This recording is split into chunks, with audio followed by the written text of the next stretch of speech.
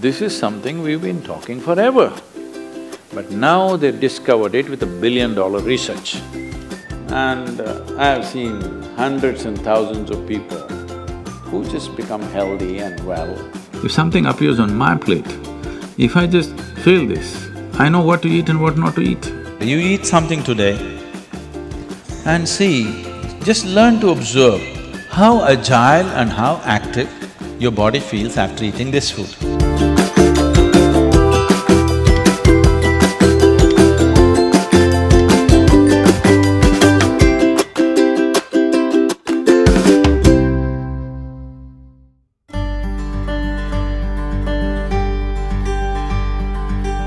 The simple thing right now that's a rage in the world is, if you come to our ashram, all the people there who are physically immensely active eat 10 o'clock in the morning, 7 o'clock in the evening, 2 meals.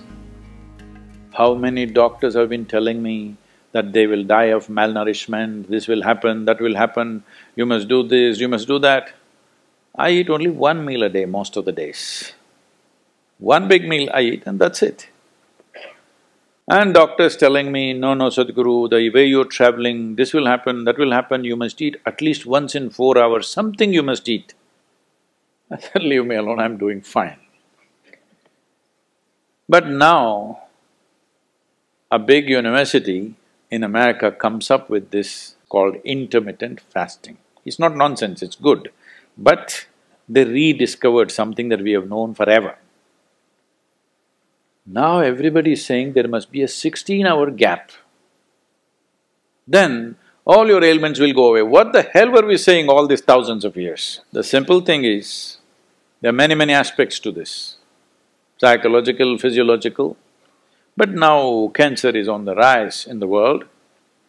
A cancerous cell is like a criminal in the society. All of us have in our bodies. Only if their concentration becomes more than what they should be, or they gang up and locate themselves in one place, they become like organized crime. There are pickpockets in Kochi, I'm sure. Hello? There are small-time criminals, individually operating in twos and threes. We don't take it very seriously, we leave it because it happens. But suppose all 100 of them got organized into a organized crime, now we will crack down. Because we know now it becomes a threat to the society. Similarly, cancerous cells are like this. Criminals, they're moving around, doing some damage. Their only problem is, right now, they're generally eating about 8 to 12 times more than what the other cells are eating. So if you just give sufficient break between one meal and the other, most of them will die because they cannot survive. This is something we've been talking forever. But now they've discovered it with $1 billion research. And I've seen hundreds and thousands of people who just become healthy and well simply because they're not fueling up all the time when the tank is filling. In the yoga center, all the time people are physically active. So everybody is very hungry by the time it's 3:30, 4 o'clock in the evening, they're extremely hungry. But we learn to live with that because empty stomach and hunger are two different things. Hunger means your energy levels start dropping. But empty stomach is a good thing. In the yogic sciences, today modern science also is coming in line with this. But what we know by our experience, you will spend $1 billion to come there. Because research is all about how many $1 million, that's how it is. Your body and your brain works at its best only when your stomach is empty. So we always make sure we eat in such a way, how much ever we eat, our stomach must be always empty within 2 to 2.5 hours' time maximum. So we go to bed hungry always. People think they cannot sleep. They can sleep. On an average, for 25 years on an average, I slept only 2.5 to 3 hours. These days I'm getting little lazy and sleeping anywhere between 3.5 to 4.5 hours, in spite of the level of travel that I have. When I say level of travel, if I say my level of travel in the next few days, you will fall off your chair. Yes? Should I tell you? No, not necessarily.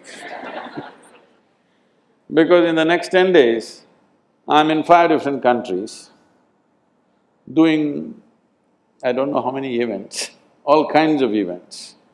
So, you're able to keep this up simply because you don't overeat.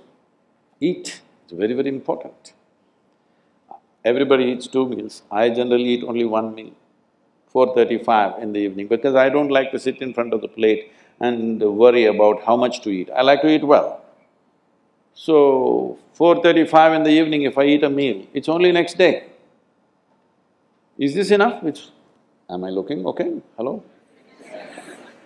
Because any correction and purification that needs to happen in the body, your stomach needs to be empty. It's very, very important.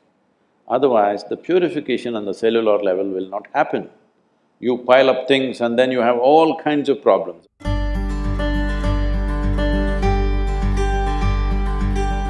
When you don't touch the food, you do not know what it is. If food is not good enough to be touched, I don't know how it's good enough to be eaten.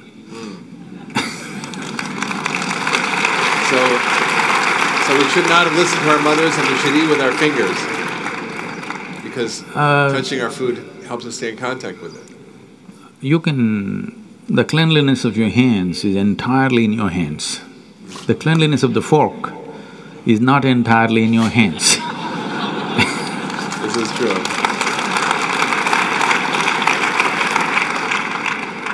And nobody else but you have used these hands.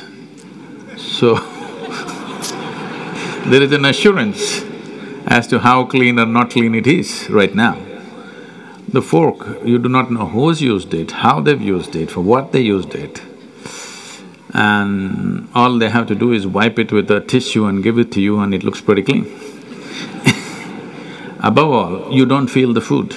The first thing that's been taught to us is, if food appears in front of you, to hold your hands upon the food for a few moments, just to feel how the food is.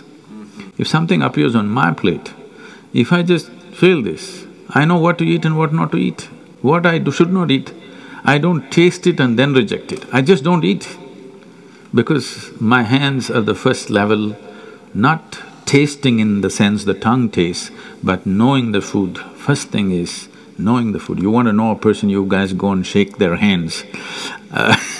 I'm usually avoiding that, but that's a good strategy. But the food that's going to become a part of you, first thing is your hands. Even if you physically don't touch it, just being conscious and being there, it clearly tells you how the food will behave within you. Whether this particular food on this particular day, should it go into you or not, because every day your body is not the same thing. Every day, every moment it's different. If you feel the food, you just know whether this food has to go into you on this day or not. If that much awareness is brought in, we don't have to go on telling people what they should eat. Every meal they must decide what they should eat in that meal. There is no one prescription that this is what you should eat for your life. That will feel too claustrophobic, that only this I can eat.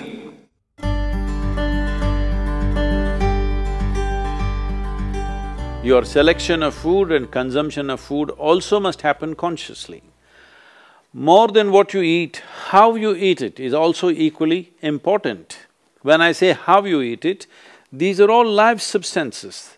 Every one of them had a life of their own, whether it's a plant, animal, vegetable, every one of them had a life of their own. Now in some way, you're making food out of it, you must consume it with utmost gratitude.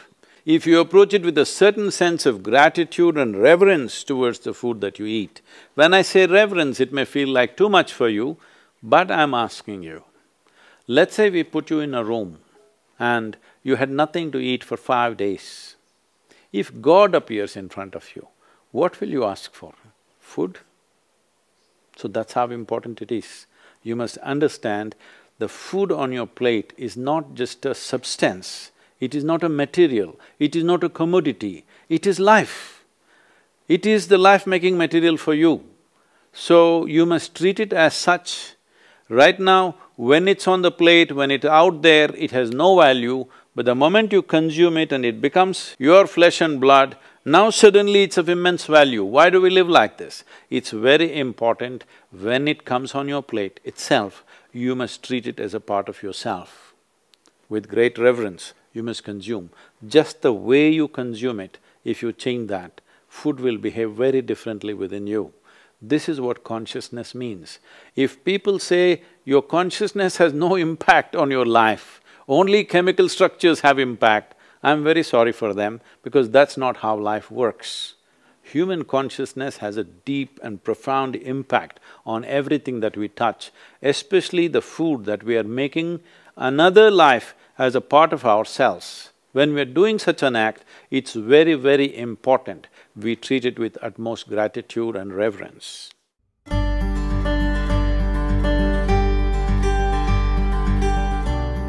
I want to tell you, there is no such thing as good habit and bad habit.